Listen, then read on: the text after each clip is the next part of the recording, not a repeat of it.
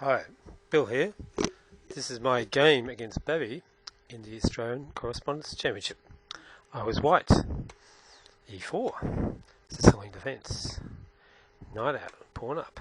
Now I played my own pet line, the King William variation, taking advantage of the fact that the black D pawn has only moved one square. E6. Castle. Knight out. Defends the E pawn. Bishop out. C3. Aiming to build a strong pawn centre with a pawn on D4. Castle. Bishop retreats, anticipating an attack by the pawn. Knight out. Pawn up. Pawn up. So now we're turned into a kind of a Lopez-y type position, though without black having expanded on the queen side with A6 and B5. Notice that there is a weak square here in the black position, a square that can never be defended by pawns. White took, black took, kept the queens on the board. So I've got an eye on this weak square here. Bishop up one square, slightly passive square, knight moves.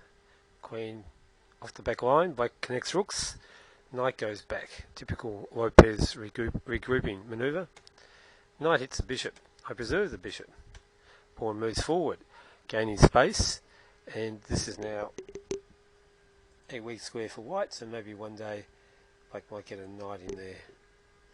Okay, so now bishop hits knight. Rook improves its position. Knight hits the C pawn. So there's pressure on this pawn.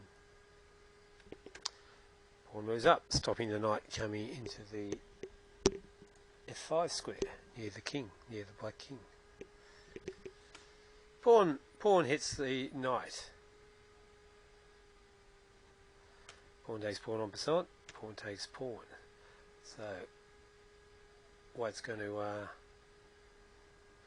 drive this knight away. Notice that the square may become accessible because white can exchange the knight, which is defending this square. Improves the position of his bishop, defending D5 too. Queen embarrasses the knight. Okay, so I think black overlooked that. I've got a fork happening here with the knight and pawn both under attack. So we have fork. So the queen is forking the knight and the pawn.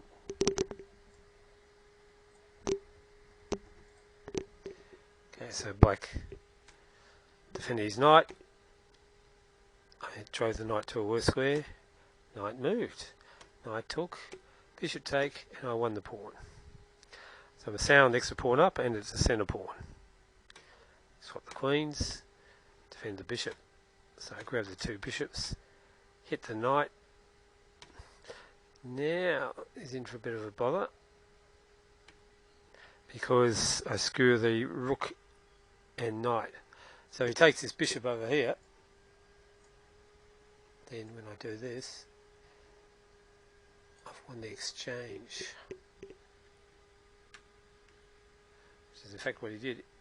And it's a problem if he doesn't. I'm going to take the knight hitting his rook, so he's losing material here.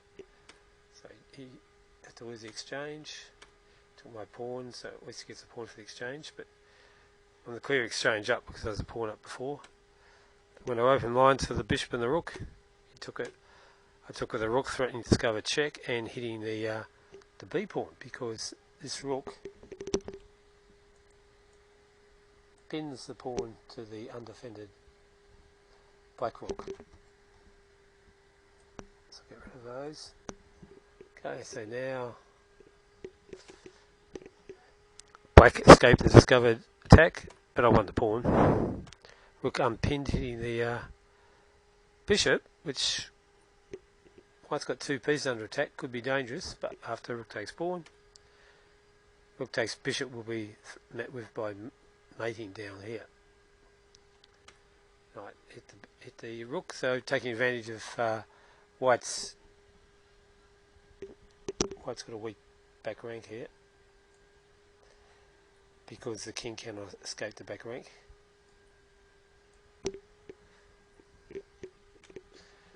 doubled rooks.